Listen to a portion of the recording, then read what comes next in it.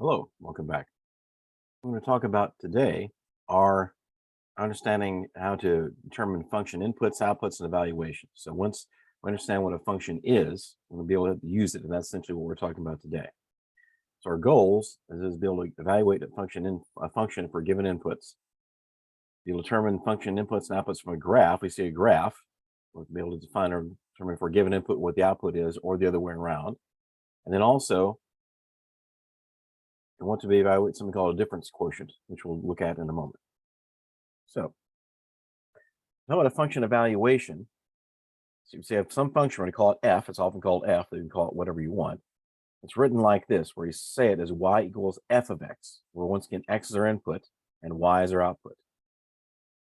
It says for given input x, we can find the specific output y. So what that means we'll do is whatever number we pick in our domain, we plug it in for x, and then we're going to simplify our output, simplify our function that way. And then the result we get after simplifying is our output. So let's look at some examples over here on the right.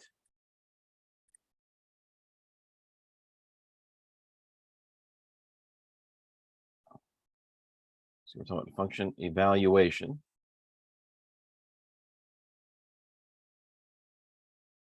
All right. So here's our example function. Let's say we have a function we call y, or we also call it f of x. And it's going to be x squared minus x. This is our function. So for any input x, then to find our output for that, we plug it in here, simplify, and get our output. Let's look at some examples. So here we want to find the following things. Let's start off with f of 1, a simple one. So what does this mean? To read this as f of 1, it means my input is 1. So what I'm going to do is wherever I see an x in my function here, I'm going to replace that with a 1. Okay, so we have 1 squared minus 1, just replacing the x here with a 1 and the x here with a 1. Then I simplify that. And so, of course, 1 squared is 1, then minus 1, and this turns out to be 0. So what this means, for this particular function, if my input is 1, my output is 0. My y that goes with that x is 0. And since it's a function, that's the only output I get for 1. Okay, let's take a look at another one. How about f of negative 3? Well, this time, my input is negative 3. I want to find my output. So wherever I see an x, I plug in a negative 3. Here, be careful with the sign, since this is negative 3. Be careful, I'm squaring the negative as well. So I'm squaring the negative 3, not just the 3. So I write it with parentheses like this. Then minus, this minus is part of my formula or my function. Then I'm subtracting x, which is negative 3. Okay. So once again, what I've done is replace it where I see an x, I replaced x with negative 3. Now I simplify. So negative 3 squared is positive 9. And then minus negative 3 is plus 3. And so my output there is 12. Okay, so what this means, for an input of negative 3, for this function, my output is 12. And since it's a function, that's the only output for negative 3. Also, of course, if you had a different function, you potentially most likely get a different output. Okay, now we can even expand this into different looking things like this. So how about we do f of x plus h? Okay, where h is also something we don't know. Now, this may look strange, but it works exactly the same way. In my function, wherever I see an x, I replace it with x plus h. This is going to look like x plus h squared minus, replace this x with x plus h. So check that, make sure you agree that wherever an x is here, I replace it with x plus h. Now, once again, I want to simplify. Now, thinking back how to do this, we can't distribute the power here, unfortunately. But what this means squared means you multiply it by itself. Just like x squared is x times x, that means this is going to be x plus h times x plus h. Now here, I can go ahead and distribute the negative 1. And so it's going to make both these negative. We have negative x minus h. Okay. Now here, combine these, I either distribute or FOIL. If I FOIL them out, multiply my first terms together, the x times x is x squared. The outer terms, x times h is plus hx. My inner terms, plus h times x is also plus hx. Then finally, my last terms have plus h times plus h, which is plus h squared. And I still have the minus x minus h. Now, simplify and combine like terms. I can combine these two. Hx plus hx is going to be plus 2hx and plus h squared minus x minus h. And what's that going to be?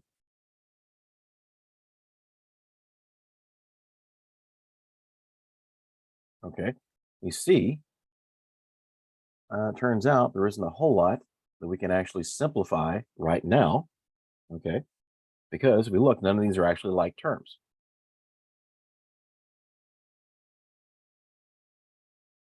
Okay, so they have only one x squared. None of these are like actually, except this in the middle, this 2hx and this. So I could do one more thing. I can write this as x squared, then plus 2h, excuse me, I can write this. I can combine these two. They are like terms. I can write that as plus 2h minus 1 times x, if you follow that. So combine these since they're both x terms. And then plus h squared minus h. Okay. Now, once we know what h is and x is, we can actually then simplify that further. But right now, this is our output.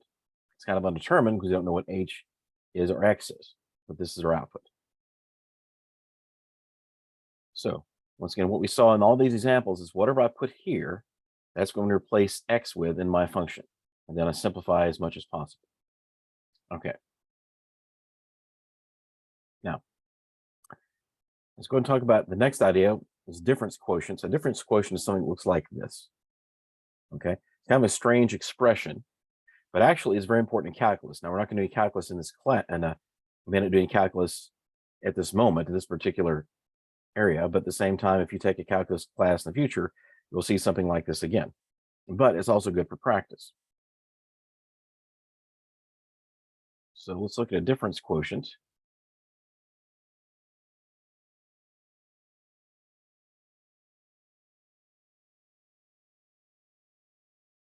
And once again, the name, remember, quotient means you're dividing. So we're dividing this by h, and the difference means this difference right here. Okay. Now, let's use, once again, our difference quotient. I'll rewrite it over here. So f of x plus h minus f of x over h. Okay. Let's use the same function as we did. Use f of x is equal to x squared minus x. They can use it with any function. Let's find this. Okay. So we're going to find and simplify this difference quotient.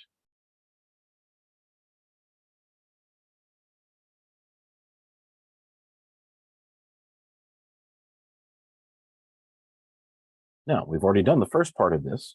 Okay. We've already done the f of x plus h. That was this right here.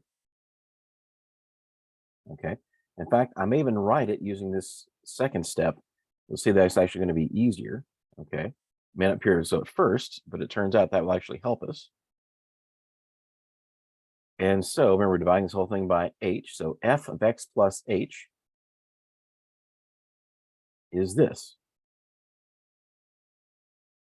So x squared plus 2xh plus h squared minus x minus h. Okay, so double check, make sure that's correct. Right, and once again, I'm using this second step here, as you'll see, it's actually easier to use this from the difference quotient. Okay, then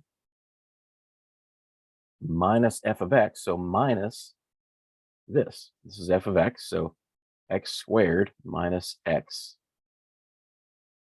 Now, distribute the negative. Let's actually here, remember none of these, let's not combine anything here. Let's leave it as it is.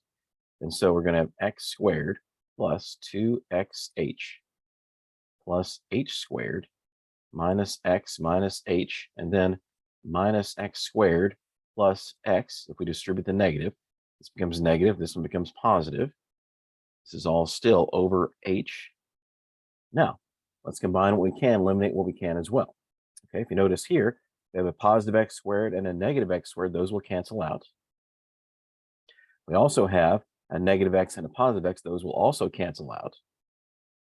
And what we have left is 2xh plus h squared minus h.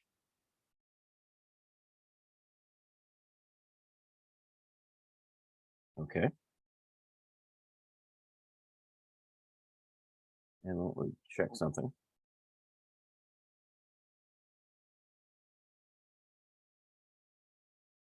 Over h.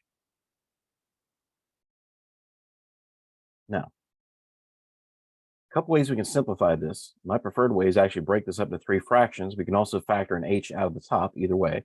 I'm going to break this up into 3 fractions. So this has become 2xh over h plus, so we have a plus right here, xh squared over h, then minus h over h.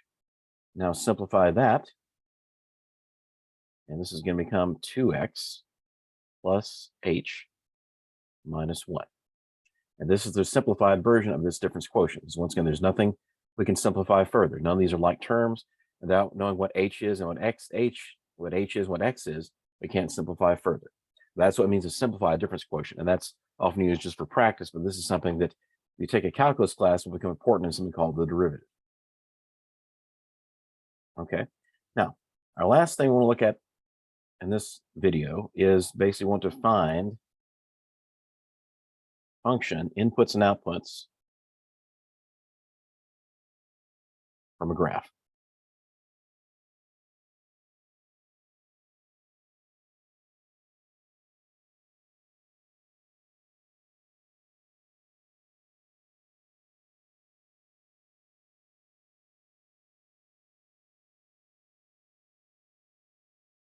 Okay, find function inputs and outputs from a graph. So first, we need a graph. And I believe I've saved one to the clipboard. So let me paste that. It's still here. Let me make sure the cursor is right here. Yes, there we go. Okay. So let's want to use this graph. This is some function. And what we want to do then is use it to help us out find different outputs and inputs. Okay. So what I'm going to do, I'll just make our directions find, how I did in the previous one. Number 1, let's say we want to find f of -5. Now, this time, there's no equation like there was in the previous one. So what we have to do then is we have to go to our graph and find this. So remember, this is our x, okay? -5. So find -5 on your x-axis. Then find out the y that goes with it, where it meets the graph. Right here, we have this point, okay? When x is -5, y is 0. So f of -5 is just 0. Okay, let's try another one. So this time, let's do f of 2. Okay. So in the same way, I find where my input is going to be 2. I want to find my output. And so look along the x-axis, find x equals 2. Go up to the graph, and we see this input, for an input of 2, our output is +10. So that's +10. Okay. Let's do another one. 3. How about f of 7? Same thing. So go along your x-axis, find 7, which is right here. Then go up or down to the graph. In this case, we go up, and it says for an input of 7, our output is 3. Okay. If you notice on our graph, also for both -5 and 5, input of -5, output is 0. For an input of positive 5, the output is also 0, and that's okay. We can have, basically, another way to think about a function is your x's can never repeat. Your y's can repeat. In this case, it does. The x's never repeat. Okay, so that's the idea of finding inputs from a function. Now, let's come over here and look at something a little bit different. Let's divide this. So for number 4, 4, y equals -4, find x. Okay, here we're basically going backwards. So this time I'm giving you the output. I want you to find the input that goes with that. We'll make that, I want to find the input that goes with that output. So we look, in this case, we have these specific values for an output of -8, or sorry, -4 rather. And right here, the only one's a -4, okay, is this one right here. And when x is -4, or sorry, when y is -4, x is 8, okay? So x equals -8. And so what this says, so if we put this together, what this means for a function f of -8 is equal to -4. And we see that right here. Okay, let's do one more of those. So this time, let's do 4, y equals 6, find x. Same idea. So find when y is equal to 6. Okay, in this case, right here,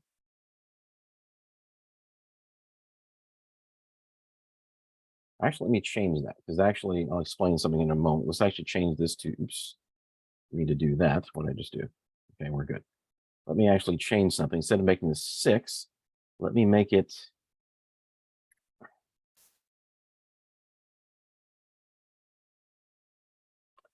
okay, what's going, okay, let's make it 0.